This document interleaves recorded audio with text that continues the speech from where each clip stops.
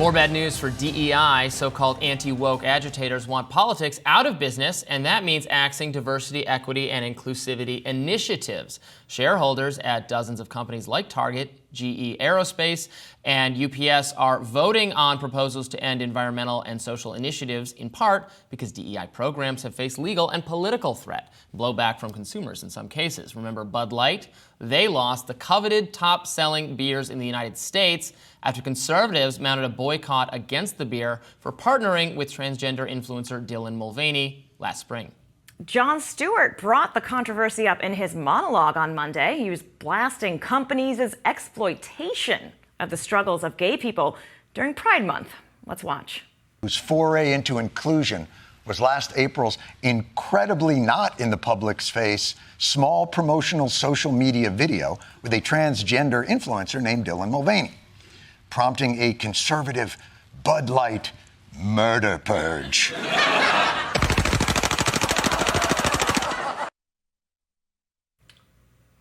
Stewart accused these companies of virtue signaling, like implementing diversity initiatives and then rolling them right back. So they're very clearly conflicted between the high moral values that they think we want and the amoral values that serve their shareholders. So if I may address corporate America quickly in this moment.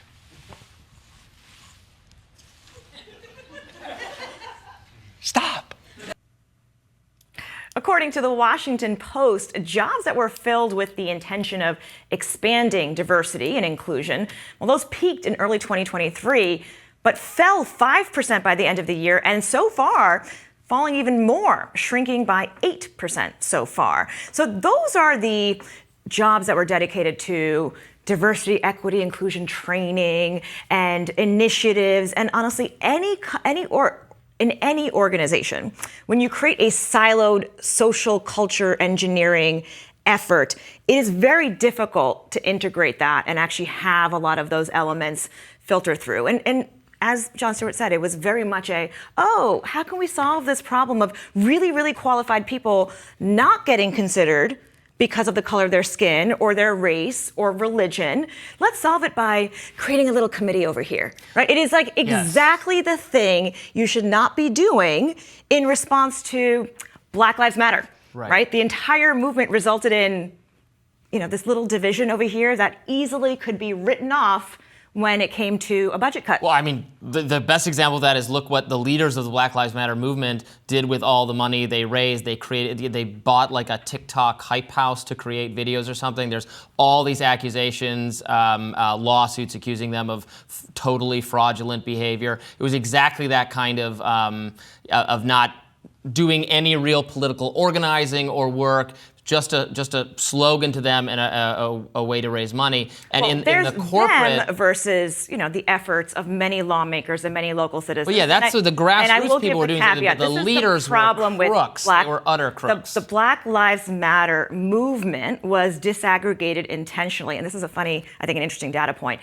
It's based on the fact that back in the day, the Panthers leaders were targeted. So the solution has been to have smaller organizations, and not, top-down leadership, the way you would say with the NRA, where there's an obvious target. The challenge then becomes some people can say, I'm the leader, look at me, give me all the money. Whereas there's people on the ground doing the work every day, passing legislation, working with local police on police reform. All of that really not giving us, I think, the feeling we wanted after the movement, in the wake of George Floyd's killing. That feeling of change that we were hoping to see resulted in what? Backlash, a bunch of new jobs that didn't necessarily translate into culture change. And cities being burned down. A lot of people didn't want to see rioting either. But yes, the culture change. Surprisingly, if you actually go to Oregon, Oregon and Portland were not burning. I know this is not necessarily what people think. Portland was taken over. There was a zone. They seized control of a block of the city in Portland. That entire poor block. It did happen. Well, okay. The what did we call it? Right? I mean, listen. Chaz zone or whatever it was called. This type of narrative talk worked very well for former police chief Eric Adams, who is now the mayor of New York. That idea that crime is so rampant and that fear of other human beings, murder rates have been dropping, but not in Washington, D.C. They haven't. Not in this city. That actually really works for campaigning, and we're going to see more of that. Crime leading the news and fear driving our politics today. Well, back to the DEI initiatives at the companies. I think I agree with what you were saying. So there's very little evidence that these things are actually addressing the problems of discrimination in the workplace or discriminatory hiring.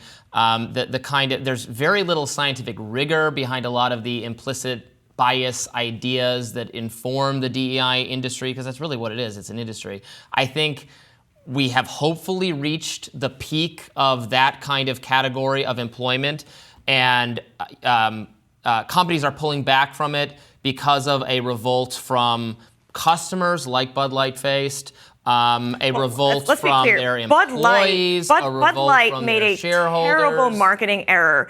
That Dylan, the trans advocate, is a beautiful person that I would never imagine would be the target customer for Bud Light to begin with. Right. So that is a total mismatch. Target. It'd be like putting me in a Bud Light ad. I never have drank a Bud Light in my life. You are probably closer, right, to the Target market. I would say though, Target and their pride, all of their gear sells out very, very quickly, right? So that is a better alignment of who you think will actually buy your product. They got a boycott too. And actually the money went up. So I listen, if you want to go buy a product and burn it, congratulations to you. Great, you showed the man by spending more money and getting them some free advertising. So be that as it may, the challenge we've had with this DEI conversation is it has and putting it into these idea of this job here, or it is a woke problem,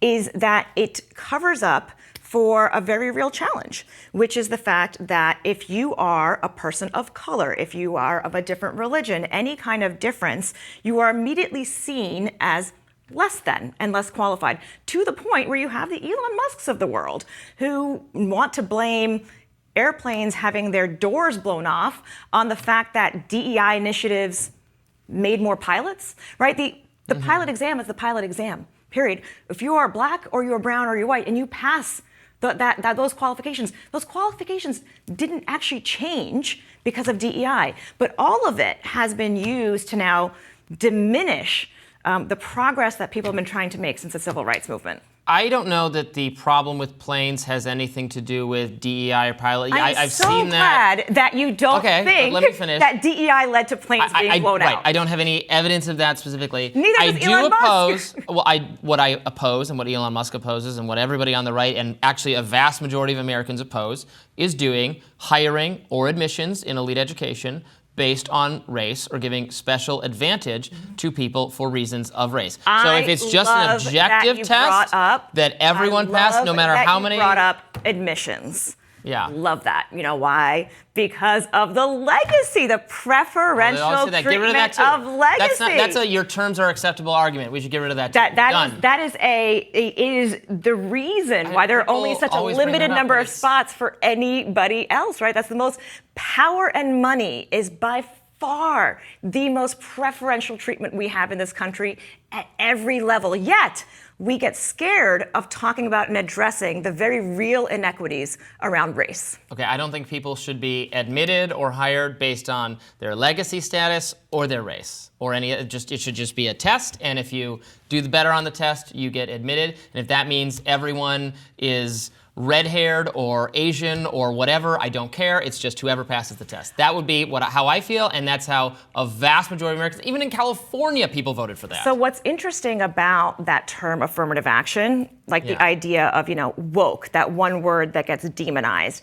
Affirmative action, the intent of it was to affirmatively go and find people who otherwise would not be exposed to the college application process, right? So the idea of a friend of mine who got into Harvard, grew up in Denver, smart black woman, she was recruited. Harvard went, found her, oh, hey, let's talk to you about this. We think you should apply. And that was it. not something she would have thought about or would have had access to otherwise.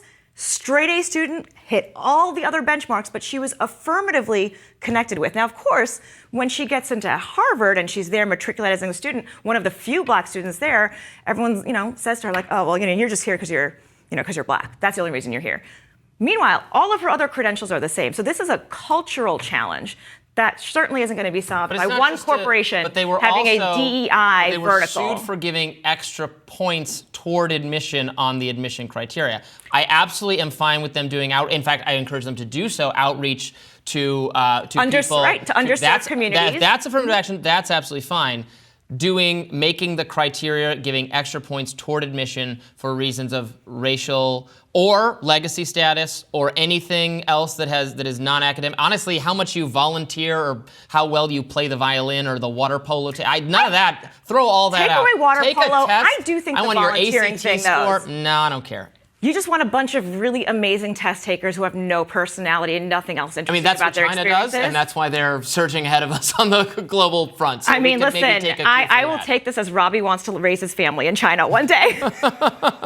I just want, okay, we've done this discussion. More rising right after this. Please stay tuned.